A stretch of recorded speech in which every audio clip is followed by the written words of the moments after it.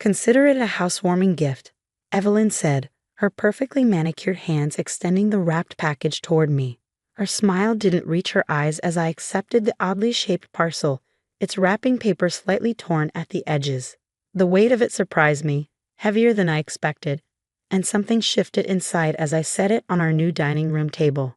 My name is Sarah Williams, and at 32, I thought I'd finally gotten used to my mother-in-law's peculiar way of showing affection, but nothing could have prepared me for what lay beneath that faded wrapping paper.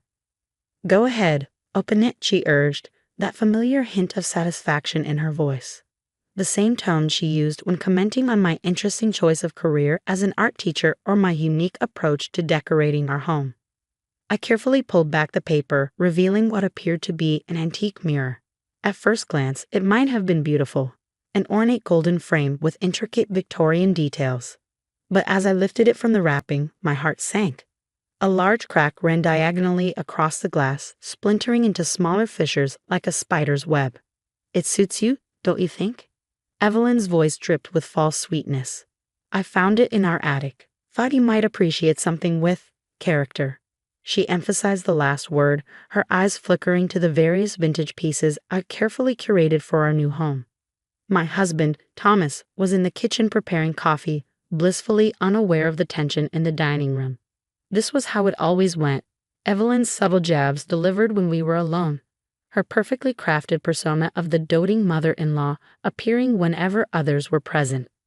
"Thank you," I managed, running my fingers along the frame. Despite the broken glass, there was something hauntingly beautiful about it. The craftsmanship in the frame alone was exquisite, even beneath years of tarnish and neglect. Well, Evelyn sighed, adjusting her designer handbag on her shoulder. "I suppose not everyone can afford new things. Some of us have to make do with broken pieces."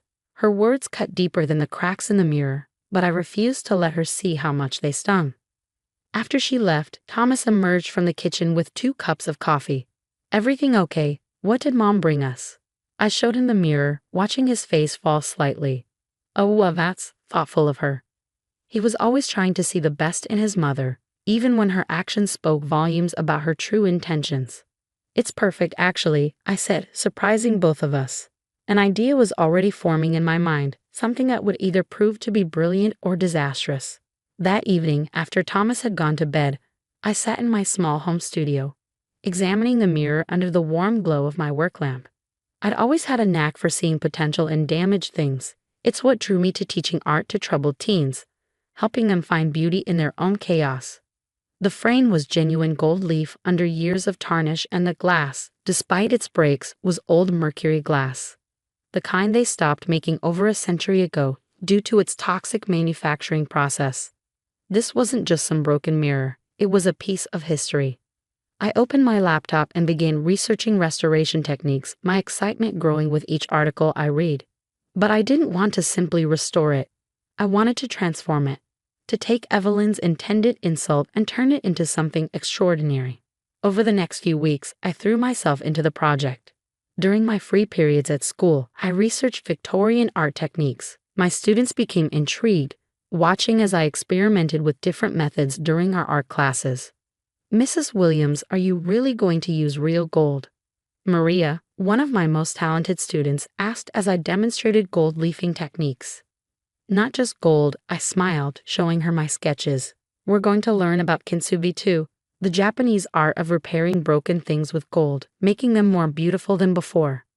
The mirror became more than just a project. It became a symbol of everything I wanted to prove to Evelyn, to myself, to my students. Every crack in the glass would be transformed into a golden river, every tarnished detail restored and enhanced. I worked late into the nights, carefully applying gold leaf to each fracture, turning the spider web of breaks into a deliberate pattern of gleaming lines. The frame itself I restored with a mixture of traditional and modern techniques, bringing out details that had been hidden under decades of neglect. Some nights, Thomas would find me in my studio, covered in gold leaf and restoration compounds.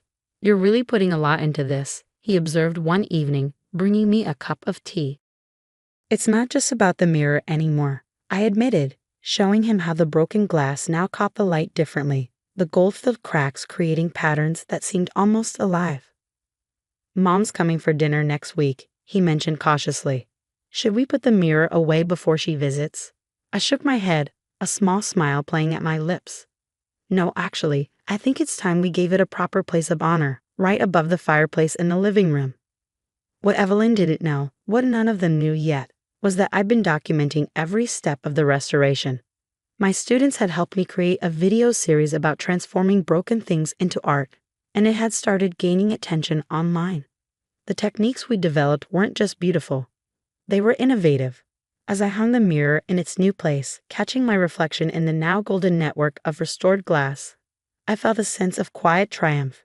Evelyn had given me this mirror to make a point about being broken, about not being good enough. But in doing so, she handed me exactly what I needed to prove her wrong. Little did she know, this was just the beginning of a transformation that would leave her speechless. The evening of the family dinner arrived, and I could feel my heart racing as I made final adjustments to the dining room. The mirror hung proudly above the fireplace, its golden veins catching the soft light from the chandelier.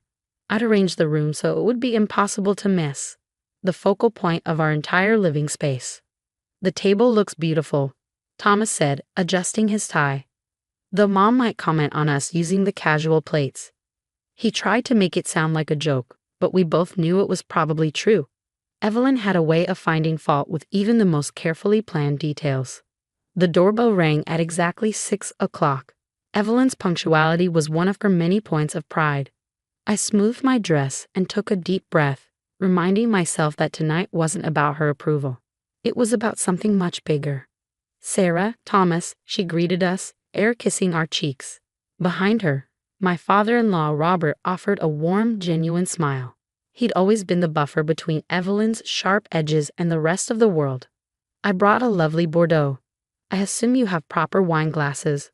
Before I could respond, she stepped into the living room and froze. The wine bottle slipped from her grasp, and Thomas barely caught it before it hit the floor. Her eyes were fixed on the mirror, wide with disbelief. What have you done?" she whispered, stepping closer to the fireplace. The mirror she'd given me as an insult now dominated the room, its restored frame gleaming with authentic gold leaf, every crack transformed into an intricate pattern that seemed to flow like liquid gold across the surface. "Beautiful, isn't it?" I said calmly, watching her reaction in the mirror's reflection. "Your gift inspired quite a journey." "But it was broken," she stammered, reaching out to touch the glass before pulling her hand back. "The frame was worthless." "Actually," Robert spoke up, adjusting his glasses as he examined the mirror, "this is extraordinary craftsmanship. The technique you've used here, is this kintsugi inspired?" I smiled, genuinely pleased by his interest. "Yes, combined with traditional Victorian restoration methods. My students helped me research the historical techniques." "Students?" Evelyn turned to me, her composed facade cracking slightly. "Oh, you haven't seen the videos?" I pulled out my phone, opening the series that had now gathered over 1 million views. The restoration process became quite popular online. We've had museums reach out about the techniques we developed. Thomas, who had been quiet until now, stepped forward proudly. "Sarah's been invited to speak at the National Restoration Convention next month. They're particularly interested in her method of combining Eastern and Western restoration philosophies." The color drained from Evelyn's face as she watched the video. There it was, her worthless gift being transformed step by step, each crack filled with gold, each tarnished detail restored to its former glory. But it wasn't just restored. It was reimagined into something entirely new. The museum curator estimated its value at about $60,000 now.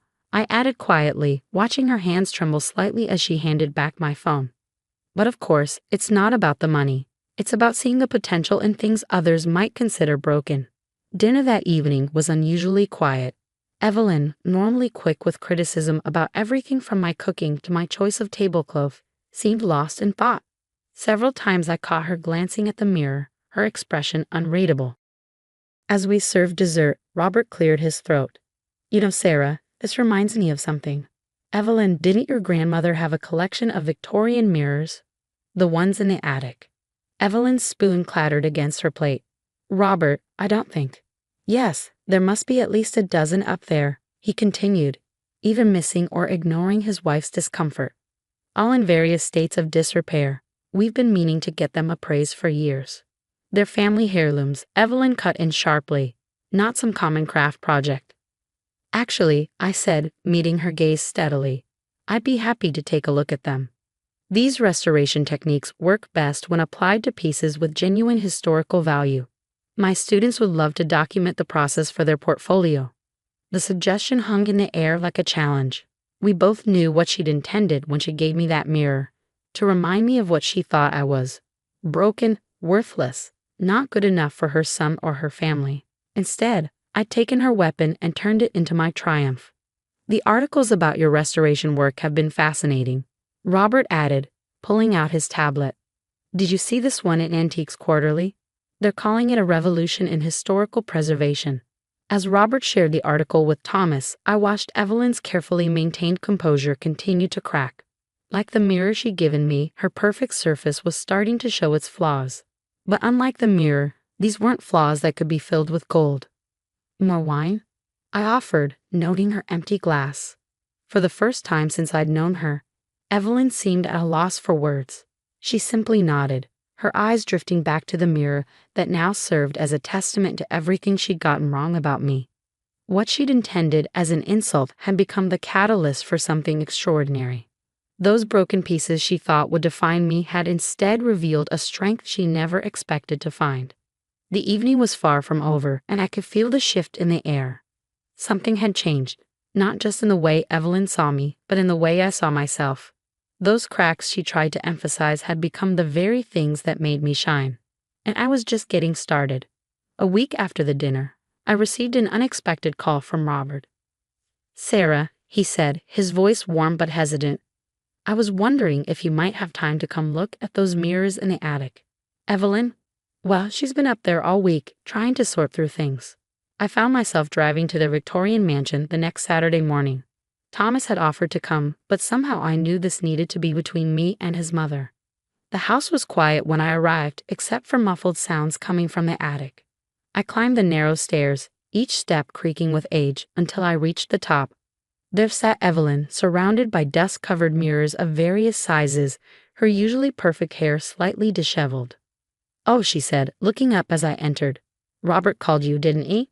Her voice lacked its usual sharp edge. Instead, she sounded tired, almost vulnerable. "He did," I acknowledged, carefully making my way through the maze of antiques. "These are incredible pieces." I stopped in front of a particularly ornate mirror, its frame dulled by decades of neglect but clearly masterfully crafted. "They were my grandmother's," Evelyn said softly, running her fingers along the tarnished frame. "She collected them her whole life. When she passed, I couldn't bear to. I just packed them all the way up here." I knelt beside her, examining the mirror in her hands. "This one's Austrian, probably 1850s, I said. "The craftsmanship is remarkable, even under all this tarnish." "How do you know all this?" she asked, and for the first time, I heard genuine curiosity in her voice rather than criticism. "Research, mostly. When you gave me that mirror, I wanted to understand its history, its value. These pieces tell stories, Evelyn. They survived world wars, crossed oceans, witnessed generations of families." She was quiet for a moment, then spoke so softly I almost missed it. "I was wrong. About the mirrors. About you." She set down the mirror she was holding, meeting my eyes directly. "I gave you that mirror to be cruel. I thought you were too simple, too ordinary for this family, but you saw something I never did. You didn't just fix what was broken. You made it more beautiful because of its flaws." I sat down beside her, dust swirling in the streams of light from the attic window. "Why did you really keep these mirrors up here?" Evelyn's hands trembled slightly, because I was afraid of failing them, of not doing justice to my grandmother's collection. It was easier to let them gather dust than risk doing the wrong thing. For the first time, I saw past Evelyn's perfect facade to the insecurity beneath. Her criticism of others had always been a shield, protecting her from her own fears of inadequacy. "You know," I said carefully, "my students have been looking for their next restoration project. These mirrors, they're exactly what we've been waiting for." "Your students?" She looked uncertain. "We could document everything, preserve the history. These pieces deserve to be seen, to tell their stories. And who better to share those stories than the granddaughter who loved them enough to keep them safe all these years?" Tears welled in Evelyn's eyes, the first real emotion I'd ever seen from her. I wouldn't even know where to begin. That's why you have me, I smiled. We can start small, maybe with this one. I picked up the Austrian mirror she'd been holding. Over the next few months, something unexpected happened. The attic became our workshop, a place where barriers slowly crumbled like the dust we cleaned from each mirror. Evelyn knew stories about every piece, where her grandmother had found them, what historical events they'd witnessed. I taught her restoration techniques, and she shared family histories that brought each mirror to life. My students were thrilled to be part of the project. We created a new video series, Reflections of the Past, Restoring Family History. It wasn't just about the technical aspects of restoration anymore. It was about healing, about bridging generations through shared purpose. The day we hung the first restored mirror, the Austrian piece, in Evelyn's dining room, she turned to me with tears in her eyes. I spent so many years afraid of imperfection, she admitted, but you showed me that the broken places, when filled with gold and love, become the most beautiful parts of all. Our story spread beyond just the antique community. People connected with the message of transformation, of finding beauty in broken things, of healing family relationships through shared creativity. The mirrors became a metaphor for something deeper, how we view ourselves, our families, our flaws. A year later, we hosted a gallery showing of the restored collection. Each mirror hung proudly, their gold-filled cracks telling stories of resilience and renewal. But the centerpiece was that first mirror, the one Evelyn had given me as an insult, now transformed into the catalyst that had changed everything. You know, Evelyn said, standing beside me at the gallery opening, I gave you that mirror thinking it would reflect your flaws. Instead, it reflected mine and showed me how to make them beautiful. I squeezed her hand gently. Sometimes the best gifts are the ones we don't intend to give. Thomas found us later, sharing coffee and restoration plans for the remaining mirrors. He shook his head in amazement. If someone had told me a year ago that my wife and mother would be business partners. Partners? I laughed. More like co-conspirators in mirror rescue missions. Evelyn smiled, a real, warm smile that reached her eyes. Well, someone has to keep the family legacy alive. And who better than the daughter who taught me to see beauty in broken things? As we stood there, surrounded by the gleaming mirrors that had brought us together, I realized that some reflections show us more than just our image. They show us who we can become when we choose to fill the cracks with gold instead of shame. The broken mirror that was meant to hurt me had instead created something far more precious than any antique, a genuine bond with the woman who had once tried to break my spirit. Together, we have learned that sometimes the most beautiful transformations come from the pieces we think are beyond repair.